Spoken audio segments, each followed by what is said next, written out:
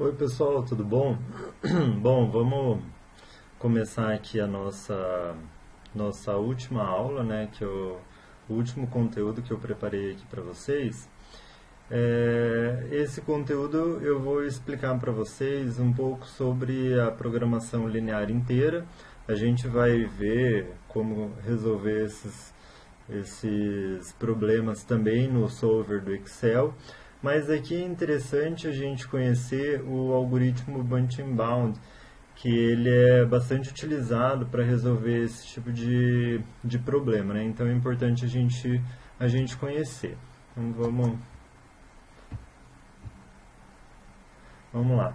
Então, a gente vai ter problemas que vão exigir que a gente não tenha uma resposta fracionária, né? Então, por exemplo, se a gente estiver resolvendo um problema de programação da produção, onde a gente tem que determinar a quantidade de produtos, não tem como a gente produzir um produto e meio, né? Então, nesses casos, a gente precisa chegar numa solução inteira, né? Então, esses problemas, né, onde a gente tem uma ou mais variáveis de decisão que elas necessitam ter valores inteiros, a gente chama de programação linear inteira. Aqui, qual que é a diferença, né, entre a programação linear inteira e a programação linear? Aqui, a gente vai ter a inclusão de uma restrição a mais. E essa restrição a mais que a gente vai colocar, ela vai fazer com que a gente tenha uma limitação na variação da variável de decisão, e essa variação ela então vai implicar que as minhas variáveis de decisão elas são inteiras. Então, como que a gente resolveria, né, esse tipo de problema? Então, a primeira ideia que a gente poderia ter é resolver um problema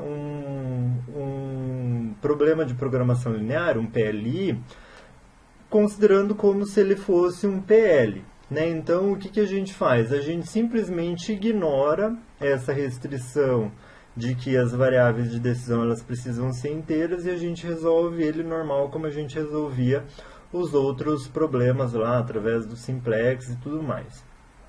Quando a gente faz isso, a gente desconsidera essa restrição de integralidade, a gente denomina esse problema de problema relaxado.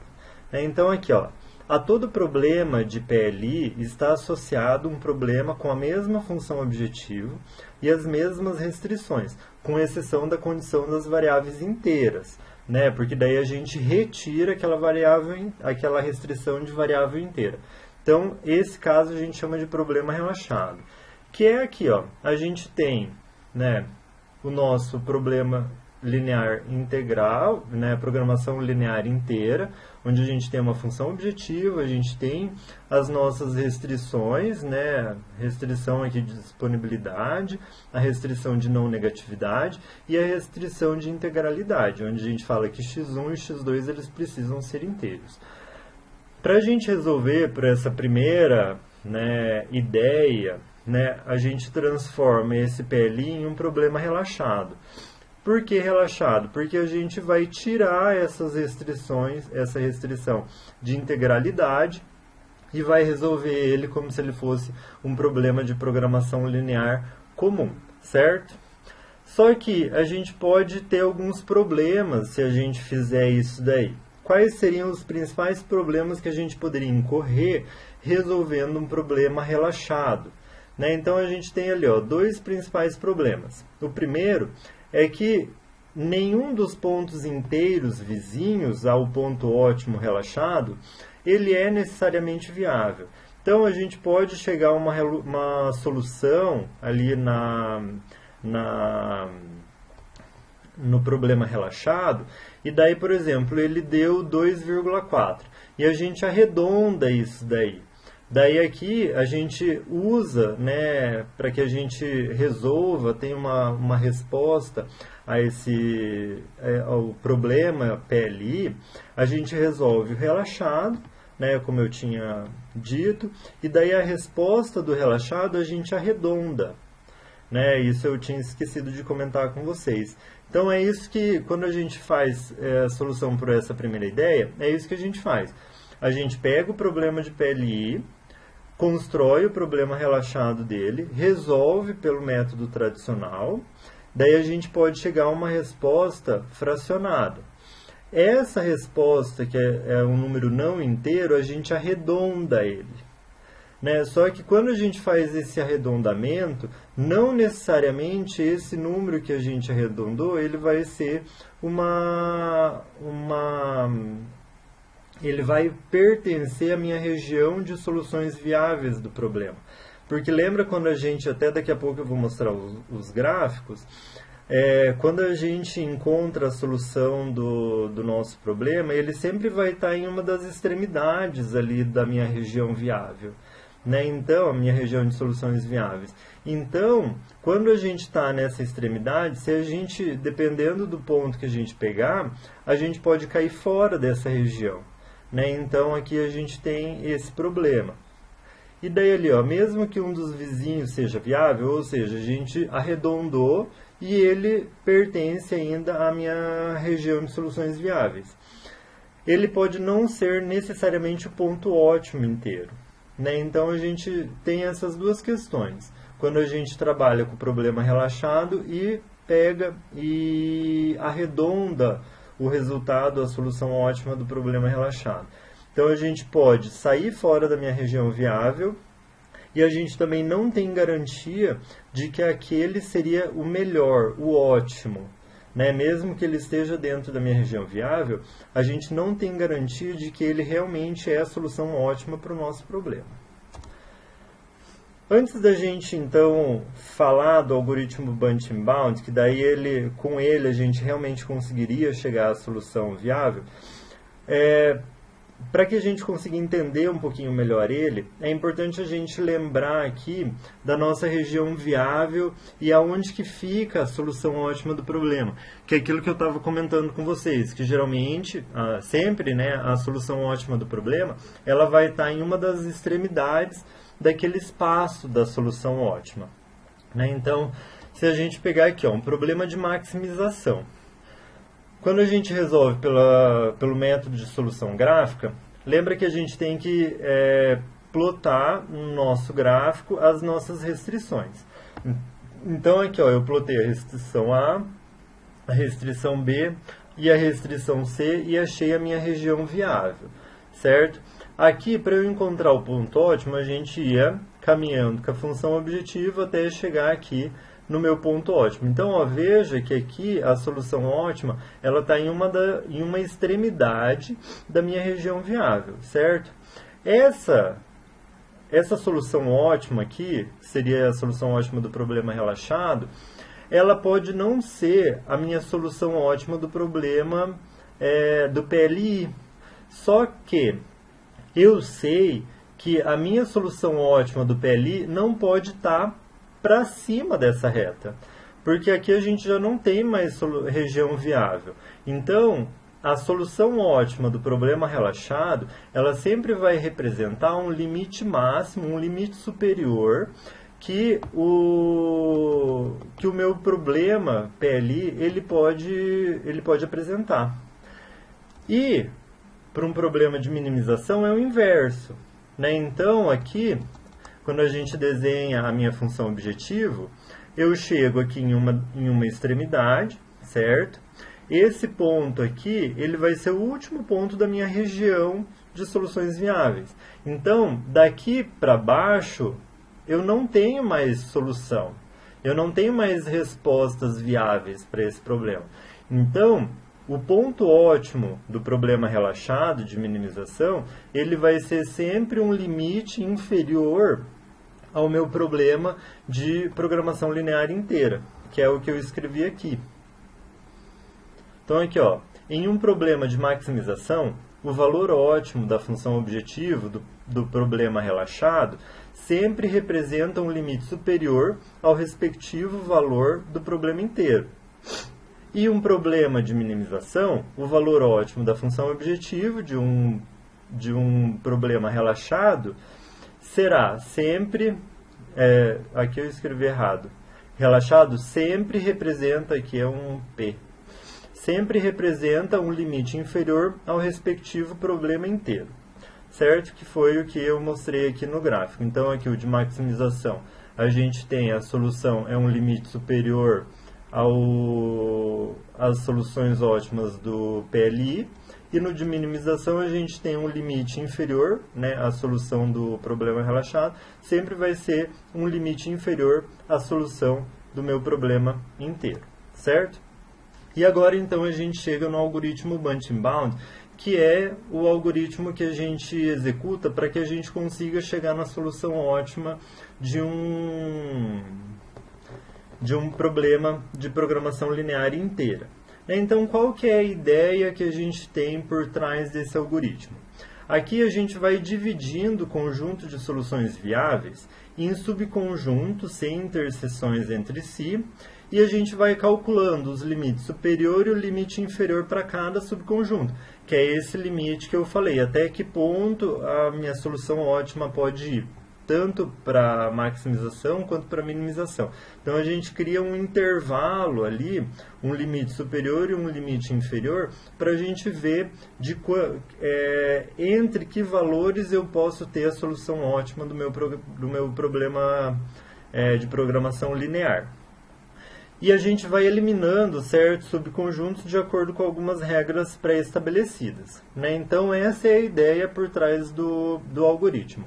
Mas a gente vai resolver um exemplo para vocês conseguirem entender melhor, né, como que a gente faz. Então aqui, ó, vamos considerar esse problema aqui. Ó. A gente tem um problema com uma função objetiva de maximizar 3x1 mais 3x2. As restrições x1 mais 4x2 tem que ser menor ou igual a 12. 6x1 mais 4x2 tem que ser menor ou igual a 24. x1 e x2 tem que ser maior ou igual a 0. E x1 e x2 são inteiros. Então é um problema, um PLI, certo? Aqui a gente vai construir o problema relaxado dele e vai resolver esse problema, né? A gente vai resolver, obter a solução do problema relaxado. Então aqui eu estou utilizando o método gráfico para a gente conseguir enxergar isso melhor e até para ser mais rápido, né? Então aqui a gente vai plotar as nossas restrições, certo? E daí aqui a gente então encontra qual que é a região de soluções. Então a gente tem essa restrição e tem essa restrição aqui. E aqui então a gente consegue chegar na região de soluções viáveis. A gente plota a nossa função objetiva aqui, vai caminhando ela até o último ponto da região que ela vai tocar, que vai ser o ponto 2,4 e 2,4, certo? Então, aqui a gente encontrou a solução para esse problema, mas é o problema relaxado. Só que a gente consegue ver que essa solução, 2,4 para x1 e 2,4 para x2, eles são números fracionários, e a gente não pode ter números fracionários. Aqui, para esse valor, então, a função objetivo, né, o z, ele vale 72 por 5. Né, esse é o valor de z. Então aqui, nesse ponto aqui, no último ponto, o z vale 72,5. Então aqui a gente tem uma linha que ela vai representar qual que é o valor, o limite máximo que a função objetivo do problema PLI ele pode obter. Ele não pode ter um valor de z superior a esse daqui, certo?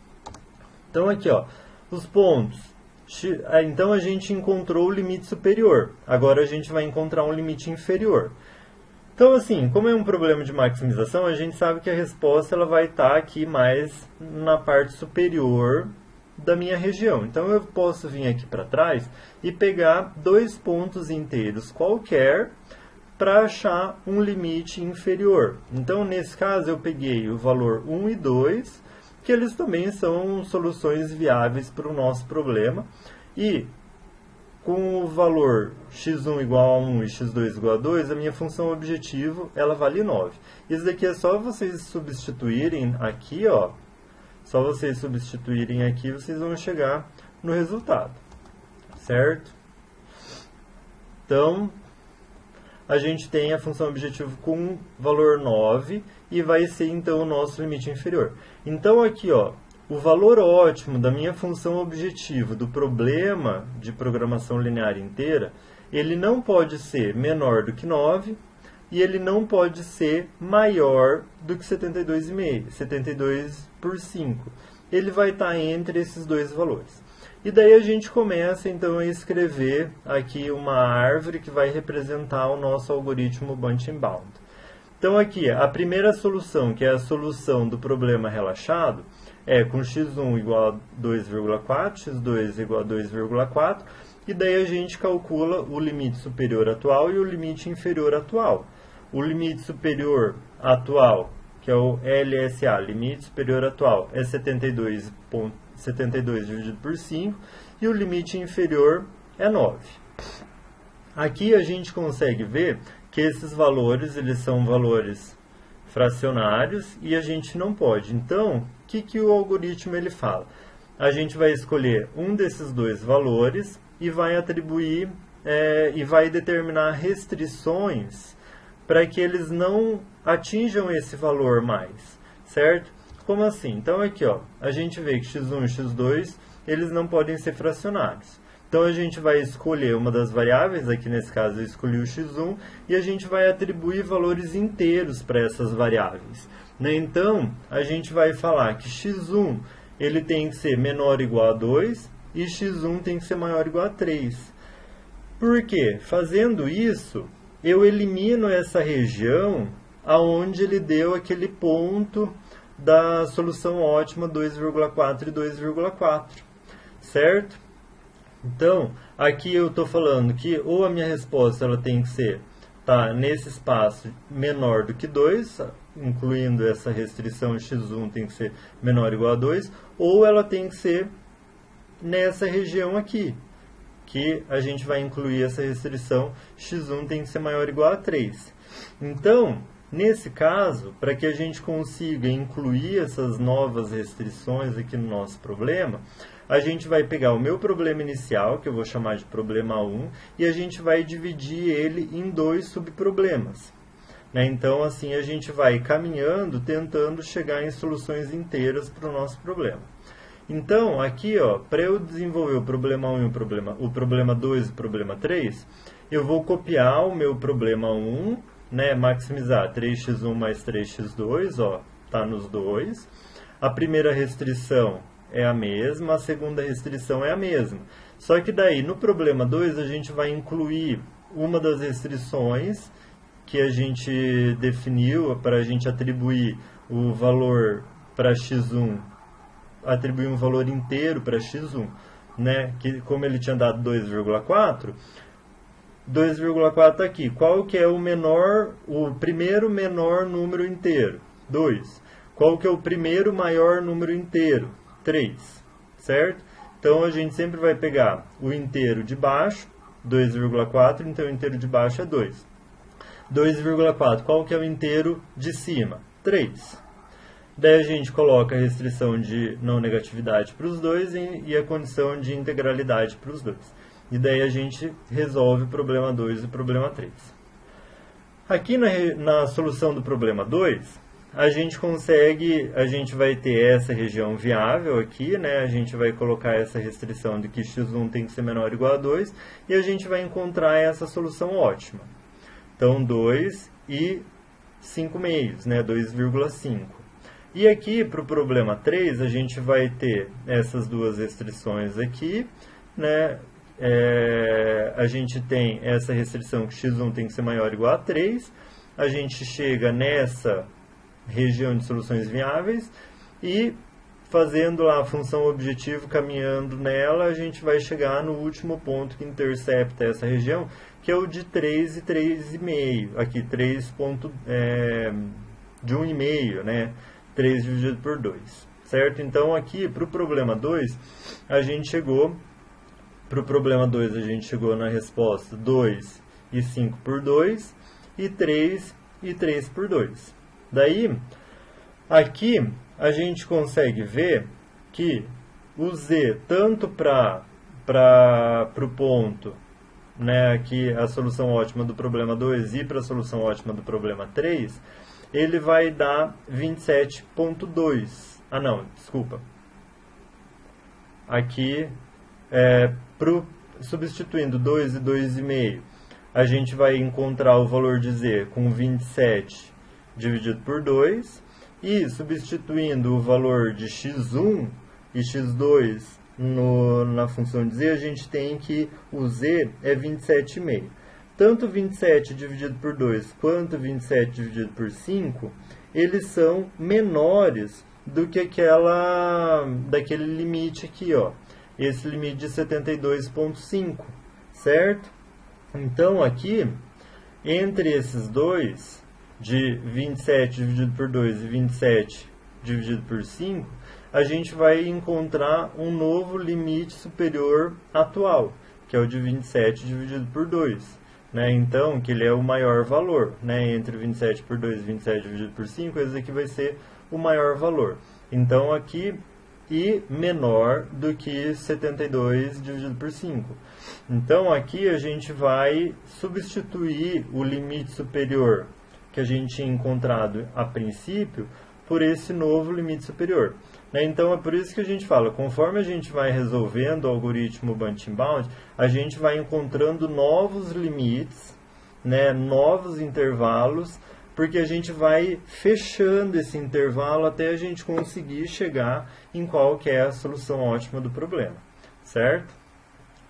Então aqui, x1 vale 2, x2 vale 2,5, o limite superior atual passa a ser 27 por 2 e o limite inferior continua sendo 9. Para o problema 3, o x1 é 3, o x2 é 1,5, o limite superior é 27 dividido por 5 e o limite inferior continua sendo 9. Aqui a gente continua com o valor fracionário e aqui a gente também continua com o valor fracionário. Certo? Então, aqui a gente vai ter que pegar o problema 2 e dividir ele em 4 e 5. E a gente vai ter que pegar o problema 3 e dividir ele em 6 e 7. Então, aqui, ó, o problema 2 a gente vai dividir ele em 4 e em 5. Então, aqui, ó, o problema 2, lembrando que o problema 2 é esse daqui. A gente vai copiar todas essas restrições, incluindo essa x1 tem que ser menor ou igual a 2, e vai incluir novas restrições, certo? Quais são essas novas restrições? A gente não encontrou aqui, x2 aqui é fracionário, então aqui, ó, se é 2,5, eu vou pegar o número inteiro superior e o número inteiro inferior. Então aqui eu tenho que fazer com que x2 seja menor ou igual a 2 e x2 tem que ser maior ou igual a 3. Né? Então, aqui eu incluir no problema 4, lembrando que cada restrição a gente vai incluir uma única restrição por problema. É por isso que a gente subdivide um problema em dois problemas, porque são duas restrições. Então aqui a gente copiou todas as restrições e adicionou essa nova restrição que x2 tem que ser menor ou igual a 2, no problema 4. No problema 5, a gente copiou todas as restrições do problema 2 e incluiu uma nova restrição dizendo que x2 tem que ser maior ou igual a 3, certo? Daí a gente vai pegar o problema 3 e dividir ele em problema 6 e 7. Aqui é o problema 3, ele fala que x2 é 1,5, então a gente tem que fazer que x2 seja maior ou igual a 2 e x2 tem que ser menor ou igual a 1, que é o que a gente colocou aqui, ó. Então, no problema 6, a gente copia o problema 3 e inclui que x2 é menor ou igual a 1. E no problema 7, a gente copia o problema 3 e inclui que x2 tem que ser maior ou igual a 2. E daí a gente resolve aqui. Então, o primeiro problema 4 e 5, que foi derivado do problema 2. Então, aqui a gente constrói as restrições. Então, agora a gente tem as três restrições, certo? Com essas restrições, a gente chega nessa região viável aqui, ó. Então, aqui, ó, essa daqui tem que ser daqui para baixo, essa tem que ser daqui para baixo e essa tem que ser daqui para baixo. Então, a gente chega nessa região aqui. E a hora que a gente coloca a função objetivo, vai andando com ela e chega nesse ponto aqui, 2 e 2. Ah, aqui, ó, ok, a gente chegou numa solução inteira. Então, o problema 4, ele acaba aqui, porque a gente encontrou dois valores inteiros, tanto para x1 quanto para x2. O problema 5, a gente vai incluir essa restrição de que x2 tem que ser maior ou igual a 3. Né? Então aqui a gente esquece essa região aqui, né? Aqui eu estou usando o mesmo gráfico. A gente tem essa restrição e essa restrição. Aqui, ó, é daqui para cá, daqui para baixo e daqui para cima, certo? Então, nesse caso, a gente só tem esse ponto de 0 para x1 e 3 para x2, que ela vai representar a nossa... Aqui não é nenhuma região, né? Porque é um único ponto. Né? Então, aqui a solução ótima, né, para o problema 5, ela cai em um único ponto, que é o ponto 0 e 3. Então, aqui, ó, a solução para o problema 4 já vai encerrar o algoritmo, porque ela deu já um valor 2 e 2. O 5, a gente só tem apenas um ponto, que é o 0 e 3. Ele também são inteiros, então isso daqui já encerra o nosso algoritmo. O problema 6, a gente vai plotar aqui as nossas restrições e a gente vai ter o ponto aqui da solução ótima, que ele vai cair em 10 por 3 e 1. Né? x1 valendo 10 por 3 e x2 valendo 1. Então aqui a gente encontrou uma resposta, um número fracionário. Né? Então aqui a gente vai ter que ainda dividir esse problema 6 em mais 2 problemas. O problema 7, pessoal, a hora que a gente desenha a restrição dele aqui no gráfico, ele vai dar que ele não vai gerar uma região, ele dá um problema sem solução. Né? Então o problema 7 ele apresenta a solução vazia. Né, aquele caso que eu mostrei para vocês, quando a gente traça as restrições e a gente não consegue chegar em uma região ou um ponto que apresente uma solução, né, viável para o problema. Então, nesse caso, o problema 7 ele não apresenta solução. Né? Então, ali do 7 a gente também encerra já.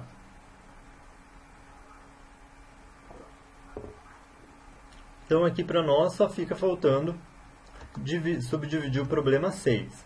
Então, aqui, ó, montando a nossa árvore, né, porque a gente pegou, ó, o problema 1, dividiu ele, pegou o x1 aqui, ó, x1 menor que 2, x1 maior que 3, maior ou igual a 3, dividiu em problema 2 e problema 3. Pegamos o x2 aqui, x2 menor que 2, a gente encontrou pelo problema 4 essa resposta 2 e 2 com o z valendo 12. Então aqui a gente substitui o 2 na função objetivo e encontra aqui a solução 12 para o problema. Então aqui a gente já encerrou, está terminado, ó, o tzinho aqui. Aqui o problema 2, pega aqui, ó, o 3, então x2 maior ou igual a 3, vai gerar essa resposta 0 e 3, que é aquele único ponto. A solução é 9, né? O valor da função objetiva é 9, então aqui ele também está terminado. O problema 7, né? Então aqui a gente pega o problema 3, né? 1,5 aqui, então aqui, ó, x maior que 2 e x menor que 1. X maior que 2 a gente incluiu aqui para pegar o problema 7, ele dá solução inviável, né? Conjunto vazio. E aqui o problema 6, ele me dá essa fração. Então eu vou ter que pegar esse valor aqui e pegar esse problema 6 e subdividir ele em problema 8 e problema 9. Então aqui, ó, o problema 8 e problema 9. Então aqui, aquele 10 dividido por 3 vai dar 3,3 e 3,333 alguma coisa. Né? Então a gente vai pegar e colocar que x1 vai ser menor ou igual a 3 e x1 maior ou igual a 4. Né? Então aqui está o meu problema 8 e aqui está o meu problema 9. Né? Eu peguei o problema 6, copiei ele inteirinho com todas as restrições e incluí as novas restrições. E daí a gente tenta resolver ele pela forma gráfica. Então aqui a gente colocou todas as nossas restrições, certo? E aqui a gente chega nesse ponto. Então, eu tenho essa restrição, tenho essa restrição, tenho essa restrição e tenho essa restrição. Aqui a gente vai chegar então nessa região de soluções viáveis, onde maximização é aqui, certo? Então a gente vai ter esse ponto aqui. A hora que a gente vai calcular o problema 9, a gente tem então essa restrição, a gente esquece essa daqui agora. A gente tem essa restrição, a gente vai ter essa restrição, a gente tem essa restrição e a gente tem essa restrição. Esse daqui fala que tem que ser maior, né? x1 tem que ser maior ou igual a 4.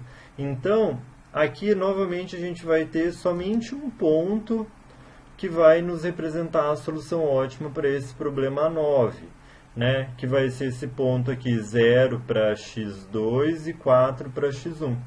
E daí então a gente chega, né, numa situação onde todas as soluções, deixa eu colocar aqui, ó, a gente chega em todas as soluções aqui, ó, o problema 1, 2, 3, aqui, 4 e 5, ó, o problema 4 é inteiro, o problema 5 é inteiro, né, 3, 5, 6 é inteiro, o 6 não, o 6 dividido por 2, o 8 é inteiro, o 9 é inteiro e o 7 é inviável. Então aqui, ó, os últimos ramos aqui do meu algoritmo, ele sempre tem que ser ou uma solução inteira ou uma solução inviável, certo? Então aqui a gente termina o nosso algoritmo Bunch-Bound. Aqui, né, então, olha, ó, todos os ramos apresentam solução inteira e ou inviáveis. Então, nesse caso, a gente pode encerrar o algoritmo. Então, nesse caso, a hora que a gente vê aqui, ó, esse ramo ele me deu uma solução 12, esse ramo ele me deu uma solução 12 e esse ramo ele me deu uma solução 12. Então, a gente tem 3 pontos, 2 e 2, 3 e 1 e 4 e 0, que eles estão dando a mesma solução, ou seja, eles estão em cima da mesma reta. Então, essa reta aqui, ó, a hora que a gente plota o gráfico, ela vai representar a reta com as soluções ótimas do problema de programação linear inteira. E a gente vê, então, que ele apresenta múltiplas soluções, não é uma única solução. Aqui a gente tinha inicialmente a região para a solução do problema relaxado, né, que deu a resposta de 2,4 e 2,4, e aqui agora a gente conseguiu achar qual que é a solução para o nosso problema inteiro, né, que vai ser esse ponto 2 e 2, ou 3 e 1, ou 4 e 0, que ambos, né, todos eles vão gerar o mesmo valor, que é um valor para a função objetivo de 12. Então, o maior valor que o Z pode obter na programação, nesse problema, né, problema de programação linear inteira, é 12. Né? Então, ali, ó, neste caso, a solução é múltipla. Se não fosse múltipla, a gente sempre vai escolher a maior solução, porque esse caso é um problema de maximização. Se fosse um problema de minimização, a gente iria escolher a menor. Certo, pessoal? Então, assim, aqui eu só... é mais rapidinho, né? Eu só quis explicar para vocês como que funciona esse algoritmo. A gente vai ver como que resolve. Agora eu vou gravar mais um vídeo explicando como que a gente usa... como que a gente resolve esses problemas de PLI usando o solver, né? A gente vai ver que é igual o outro e ele faz tudo automático, né? A gente não percebe o que ele está fazendo por trás, né? Mas aqui é interessante vocês conhecerem esse algoritmo do Bunch-Bound e ver como que ele funciona, né? Então, como que ele funciona, né? Só para dar uma resumida aqui para vocês. A gente vai transformar em um problema relaxado, meu problema de PLI, vai identificar primeiro qual que é o limite superior e o limite inferior, aonde o meu valor, a resposta ótima do meu PLI tem que estar dentro desse intervalo, e daí a gente vai encontrando as soluções para esse problema relaxado. E sempre que a gente encontrar soluções que representem números fracionários, a gente vai aplicar aquela regrinha. Eu vou pegar o primeiro número para cima inteiro, o primeiro número inteiro para baixo. Daí a gente desenvolve novas restrições, porque daí a gente vai eliminando aqueles espaços da minha região de soluções viáveis. A gente elimina todo aquele espaço que contém aqueles números fracionários. Né? Então a gente vai incluindo essas restrições no nosso modelo para ir limitando a minha região mais ainda, para ela não incluir mais aqueles números inteiros, e a gente vai tentando obrigar, então, dessa forma, a gente chegar em uma resposta inteira. Né? E a hora que a gente consegue chegar para todos os ramos, para todos os subproblemas, respostas inteiras, é quando a gente chega no valor ótimo do meu problema, né, em PLI. Certo, pessoal? Bom, então, até o próximo vídeo e até mais.